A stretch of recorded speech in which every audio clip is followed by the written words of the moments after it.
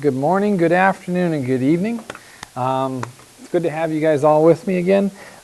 Here's what we're going to be working on for today. We talked in our last lesson about vectors and how they influence each other.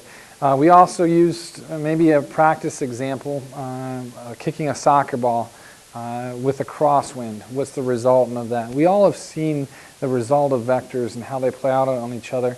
And so that's what we're going to be working on today. How can we determine where the resultant vector will lie? Now when I say resultant vector, what I'm referring to is the result of the vector, of the two vectors, then their influence on each other. And so just keep that in mind as we go through these practice examples here, and hopefully I can clear up any questions that you would have on your homework tonight. So the first thing I want to do with respect to this lesson is actually go over a couple of practice problems. So what I'd like you to do is to go ahead and pause your computer right now and work through this example right here. Obviously, if you don't remember how to do the problem, you can let it play on, but it would be most beneficial to you to make sure you know how to do these problems, to go ahead and work out these next three problems on your own and then check it with me. So I'm going to continue on here, but again, I would like you to do this on your own and then show me the notes from that later on. All right, so here's what happens. The problem says describe each vector as an ordered pair. We talked in our last lesson that the ordered pair is going to be an x comma y. It's what we graph it with. Now, remember, the ordered pair that describes this vector is that point right there, the one that I just highlighted with my pen tool. Give the coordinates to the nearest tenth of a place. Well, in order to find the ordered pair, I'm going to drop the line perpendicular to that line right there. The reason being is because the angle is present right here. So that I can figure out the sides of this right triangle using that angle. Now, some of you may have went ahead and dropped it perpendicular to this line. It really doesn't matter. The only difference is instead of using this 48 degree angle here, you're going to have to subtract 48 from 90, which will give you 42 degrees. And so you can actually substitute that in and then go ahead and solve for the two side lengths, meaning the ordered pair of that vector. So I'm going to go back to the original one that I showed you just a little bit ago, and I'm going to go do it with this one. Now, this is the direction, 48 degrees. This will be east of south, and the magnitude of my vector is 120. We don't know what units it's going to be, we just know it's 120. Now, to find the ordered pair, this length here is going to be my y value. That's how far I'm traveling on the y-axis. This length here is going to be my x value, how far I'm traveling on the x-axis. And like I stressed in our last class, you can actually go ahead and redraw these two triangles if you struggle seeing exactly what we're looking at. So here's the right triangle. If I want to find my y value, I'll label that, this, and that. Okay? And so with that, I have my hypotenuse, my adjacent side, and so I'm going to go ahead and do the cosine of 48 is equal to the adjacent over hypotenuse. Okay? If I go ahead and solve for y, cross multiply,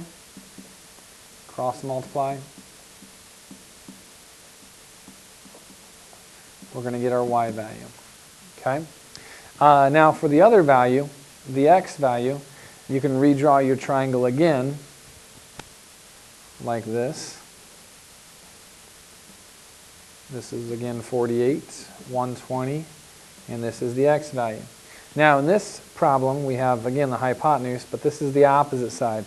And the trig function that uses both opposite and hypotenuse is going to be your sine function. And so if I were to write this out, the sine of the angle, 48, is equal to the opposite over the hypotenuse. And again, to solve for side length, we're just going to go ahead and cross multiply.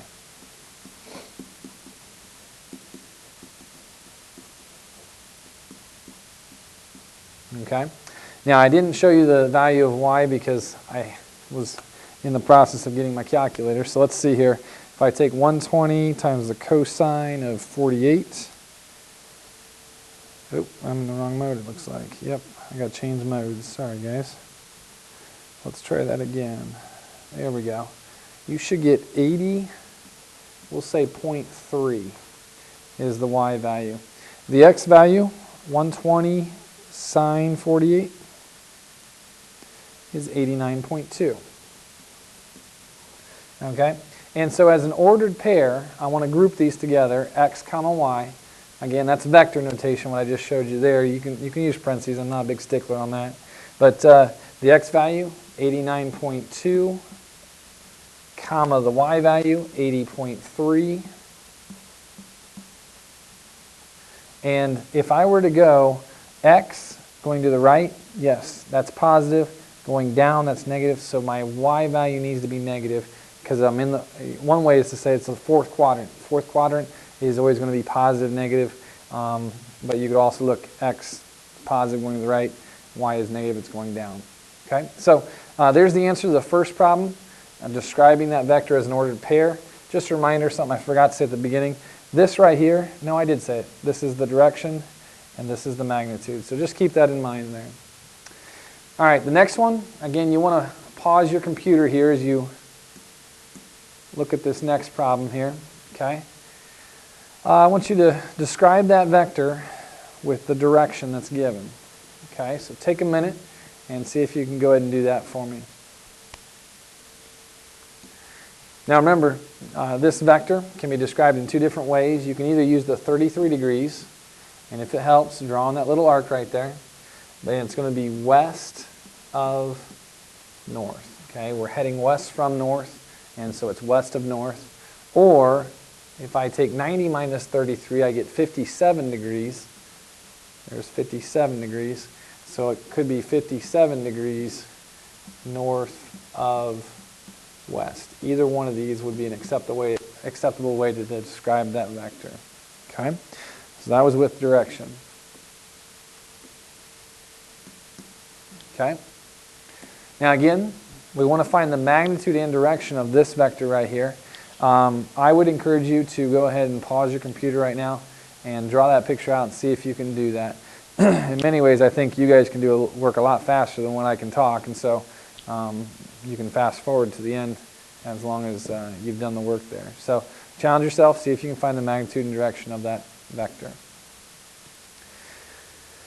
Now, what we said on Friday when we started a problem like this, we said that this direction and this direction, this is basically the ordered pair. We're starting backwards from the first problem that we looked at today. And so what you want to do is you want to go ahead and you want to figure out the direction of this vector. Remember, that direction has to come from the origin, and then the magnitude of that vector as well. And so the direction can be calculated within your right triangle here by using your tangent function. The tangent of this angle is equal to the opposite over the adjacent. So tangent of x, 0.8 over 1. And then from there, remember you're going to use your inverse tangent function to get the angle degree by itself. So x will equal the inverse tangent of 0.8 over 1. Okay? Which is the same thing as 0.8. I just left it in the fraction format. So the direction, inverse tangent, 0.8 divided by 1, I have is going to be 38.7 degrees. And again, if it helps, don't forget the actual direction here. The degrees just tell me I've got degrees, but in what direction? It's going to be south of east. Okay, we're coming from the east. And so south of east. The magnitude, how big, what's the magnitude? I was thinking about this the other day. When I think about magnitude, I think about the Richter scale. When they say the magnitude of the earthquake was a 4.2 magnitude. Okay, so how big was the earthquake? How big is our vector here? And so we want to use our Pythagorean theorem. And then go ahead and solve for C. Again, it says nearest tenths place. No need to try and simplify the radical if that's even possible with this one.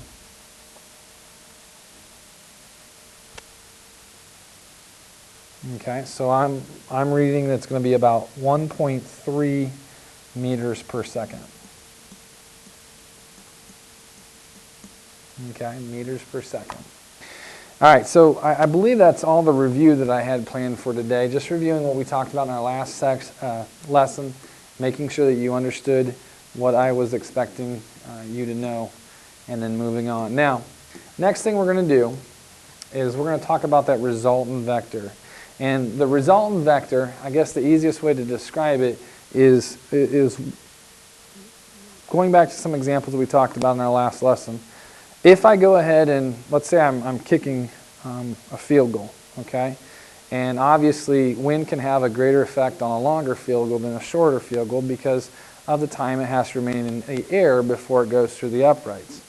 And so if you've got a strong crosswind, either left or right, you have to compensate for that for the actual direction. And that's what I want you to see is happening today. With these two vectors here, we can actually calculate where the end result is going to be. This would be, for example, this length here we could say is the kick, okay? And this length here could be the wind affecting that kick. Where is the actual flight pattern, or where will that ball end up based on the influence of this force, the wind, on this force, the kick? So it's just something to think about there as you look at these different problems. So in this problem here, there's two different ways to solve, to figure out where the resultant will lie. One way is to go ahead and do the tip to tail method.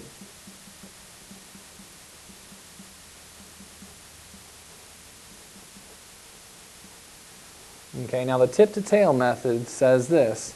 You can go to the tip of one of these vectors right here and produce the tail of the next vector. So if I was to go out here, I know that this is a rise of 2 and a run of 1 to get to this tip right here. If I go out to the tip of this vector and I rise 2 and run 1, placing that vector right there, this would be the tip to tail. That's what's occurring right there. Okay? The tip of the one vector, which is right here, produces the tail of the next vector. And the resultant vector would be that vector right there. This is my resultant, which is the cause of the two forces acting on each other, the kick and the wind. Okay? And so that's the resultant vector given those two previous vectors. Now, the ordered pair of that resultant vector right there is going to be over 1, 2, 3, and up 1, 2, 3, do it again, 1, 2, 3, 1, 2, 3, 4, 5. So the ordered pair of that resultant vector is over 3 and up 5. Okay? Now, there is another way to get this vector. Actually, let me go back for a second. Let's say that you wanted to put this vector at the tip of this one. Does it still work? Well, if I choose the rise of a run, 1, 2, 3, 1, 2, 3, 4, I can go up from this one, 1, 2, 3, 1, 2, 3, 4, and you see it doesn't matter which vector we start from, we're going to end up at the same exact location. And so that is the tip to tail method. The other method is what's called the vector sum method, and I'm going to get rid of this so you can see it a little bit better. The vector sum method says this. Let me write that down. Vector sum method. Okay? The vector sum method says this. If I can figure out the ordered pair of the two vectors, so for example, vector A has an ordered pair of over 4 and up 3. So it's over 4 and up 3. Okay? Vector B, okay, this little symbol up here means vector. Okay? It's like a part of array. I'm not sure why it's the symbol for vector, but that might be a good homework assignment for myself to figure that out. But the vector B right here, oh, I'm sorry, vector C. Get rid of that. Okay. Vector C is going to be -1, +2. Okay. Now the resultant vector, the vector sum, meaning I'm adding the two vectors together, I'm just going to add the like terms, the x's with the x's, and the y's with the y's. Okay? And as you see, it doesn't matter which method you use, the tip to tail or the vector sum, you get the exact same output. Now let me just say this as we get started here. It's very important that if I were to say to graph this vector, that you start at the origin and the tip of your vector, where's it at? Up 5, right there. The tip of your vector is at that point right there. So I would expect something to look like that. If you go beyond 3, 5 with your ray, or if you come up short of 3, 5 with your ray, you have not shown me the resultant vector. Why? Because remember, the length of that vector is key. It helps me with knowing the magnitude of the vector. And so you have to make sure that you draw your vector accurately from the origin to the point that's given. The tip of your arrow needs to be on that point. So those are the two methods, and you can use either one as we look at these next couple of problems. It doesn't matter to me. So I'd like you to go ahead and draw out the problem I have here as a first example, and I'd like you to go ahead and figure out what the resultant vector is going to be. It doesn't matter which method you choose. You've seen them both, so go ahead and do that. Go ahead and pause your computer, and I will continue on. All right, so let's say you wanted to use the tip-to-tail method. I'll show that one first. With the tip-to-tail method, you can do the rise or the run. It doesn't matter which one first as long as you do the same thing. I'm going to go ahead and show vector A and vector B. Okay? If I go over 1, 2, 3, 4, 5, the tip of this is going to be up 1, 2, 3. So this is over 5, up 3. From this point right here, I'm going to go back over 5 left and up 3. So 1, 2, 3, 4, 5.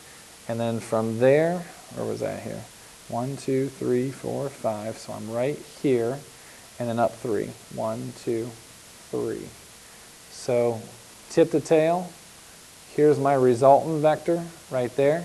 And the order to pair that resultant vector is over 1 and up 1, 2, 3, 4, 5. Over 1, up 5. Okay? Now, if I wanted to do the vector sum method, let's see if we get the same exact result, vector sum method. And that will be over 6 and up 2. So this vector sum is 6, 2.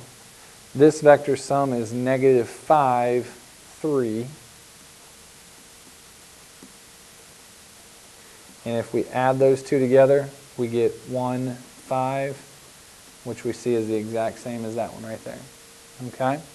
Now, something I would like you to consider, because we understand how forces act upon each other. We've played games before, and we have to play the wind, so to speak, if we're outside. And so, looking at these two vectors, which one would you say has the greater magnitude, A or B? And I would hope that you would see that vector B has the greater magnitude. It looks longer than vector A. So as a result, we should expect the resultant vector to be somewhere in the first quadrant right here. And if not, maybe even close to this y-axis right here. But because the magnitude is greater over here, it's going to pull us further this way. Now obviously, if the greater magnitude was somewhere up in here, obviously our resultant vector is going to be somewhere over there. So you should be looking for, I don't want to say an angle bisector, because I think that a lot of people are going to say, hey, looks like an angle bisector to me. That's because both vectors' magnitudes are about the same length. Okay? If they're not the same length, if I was to shorten this one back to here, this is not going to look like an angle bisector down there. So if that part confused you a little bit, I'm going to talk a little bit more about that here in a second, see if we can figure those out. So taking a look at the next example, okay? This is your classic tug-of-war problem right here. You've got two vectors going in opposite directions, and I'm going to go ahead and label vector A and vector B. Now, you don't have to draw this one down on your paper. That's not a big deal for me, but I would like you to go ahead and try to figure this one out. Now, before you do that, before you pause your computer and see what the actual answer is going to be, I'd like you to think to yourself, which vector has the greater magnitude? Is it vector A or is it vector B?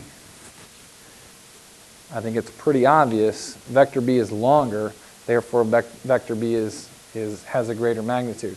So which quadrant should we be thinking the resultant vector should lie in? Obviously it's going to be down here in this fourth quadrant somewhere. Okay?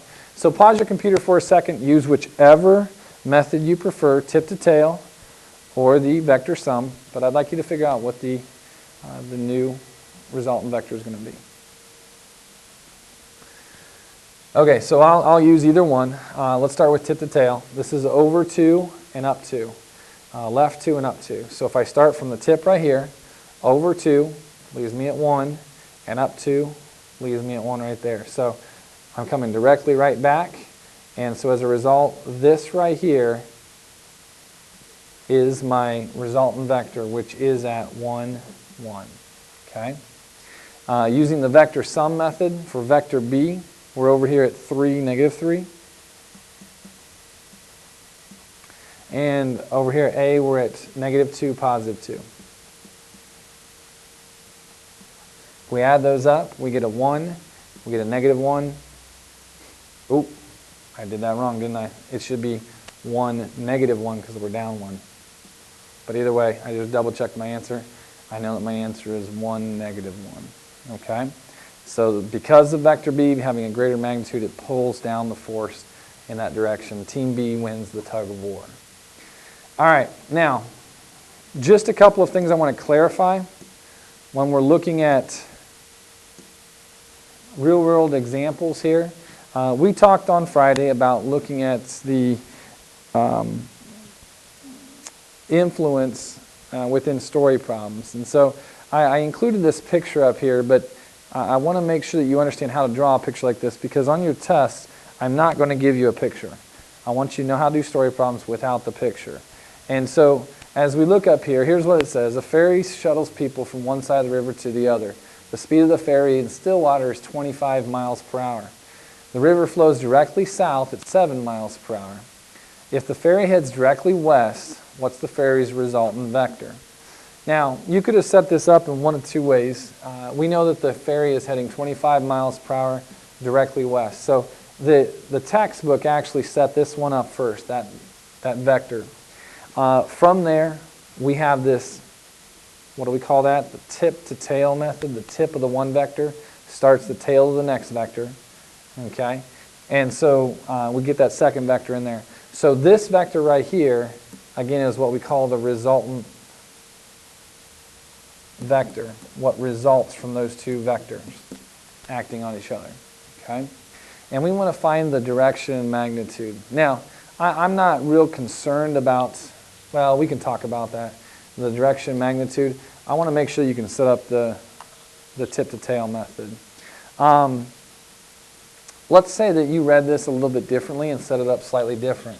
Let's say you started with the current, the flow of the river or the current of the river. You started with that. Let's say you went down 7 miles per hour first, okay? And then you went ahead and did 25 miles an hour west. Well, guess what? We end up with the exact same spot, okay? So, again, it doesn't matter which direction you go first. As long as you apply this tip-to-tail method, the resultant vector is in the exact same location. All right. Take a minute and go ahead and figure out the direction and magnitude of our ferry boat within this story problem. Go ahead and pause your computer and see if you can do that for me.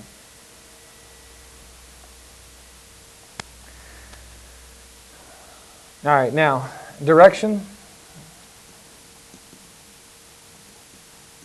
Hopefully you went ahead and did the tangent of x equals 7 over 25, opposite over adjacent, and then you did your inverse tangent.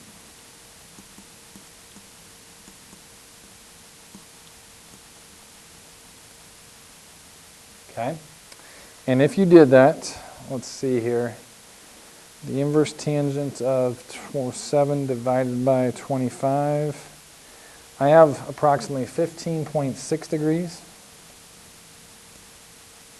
15.6 degrees, and this will be south of west.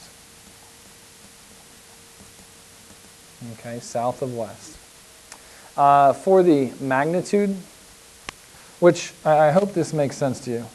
Obviously, we're not going to be going straight west because we have an influence heading us south. So it's not going to be a great distance south because the magnitude of this vector isn't a whole lot. But it is going to be slightly 15, 16 degrees south of west.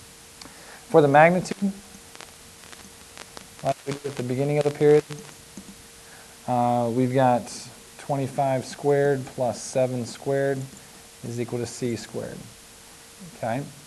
And so from there, 25 squared plus 7 squared, and then square rooting that, you have about 26 miles per hour.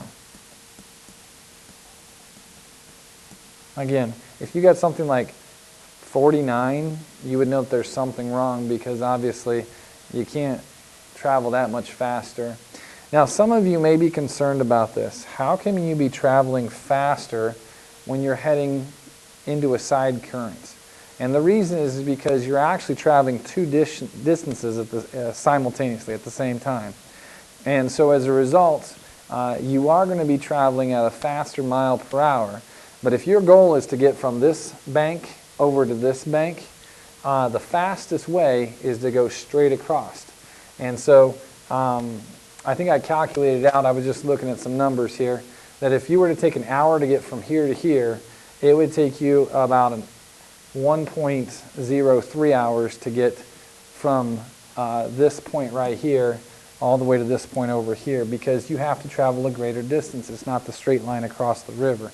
And so while you are traveling faster across the river, you're not getting across the river faster because your direction is not straight west. So just keep that in mind. I hope I didn't confuse anybody with that part. All right, the last problem I want to look at is a counter to the previous problem. All right, I just want to go straight across the river. That's the shortest distance, should be the shortest amount of time. How do I get straight across the river? Well, we obviously have to fight the current that we are currently traveling. So if you are going to travel straight across the river, you adjust your path. We don't know what that path is going to be, but you adjust it, travel 25 miles per hour upstream. Now, the tip of that one creates the tail of the next one. So again, we have that tip to tail method right there. And so 7 miles per hour heading in the southerly direction. So from here, again, you could calculate the magnitude of your new resultant vector. Hopefully you get something out that's less than 25 because it's not the hypotenuse here, which makes sense. Now we're traveling directly in towards or against the current to fight that current so we can go straight across the river. Before we weren't necessarily fighting the current, we were allowing the current to take us down river, which is why it increased our speed. So what angle would we have to angle across the river in order to figure out to go straight across the river? Well, here's your opposite side. Here's your hypotenuse. We're going to use the sine of the angle, 7 over 25. Again, if we solve that,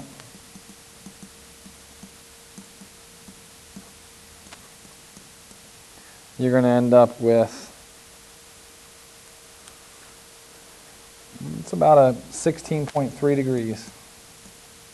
That'll be north of west. Okay, so what's the most important thing from this entire lesson? You need to know how to calculate the resultant vector. You got to know how to figure out the resultant vector given the two vectors that are currently there. Okay, the forces, how they act upon each other. You also need to make sure that you understand this tip-to-tail method, because I will be giving you story problems, again, without pictures. I expect you guys to know how to solve those, set up and solve them. So, you've been a great audience. Thanks for listening. Show me your notes. The homework is online. Take a look at that for tomorrow. I think there's like 7 problems. Again, the key, knowing how to do the story problems. So, have a great night, folks. Wish you the best. Bye.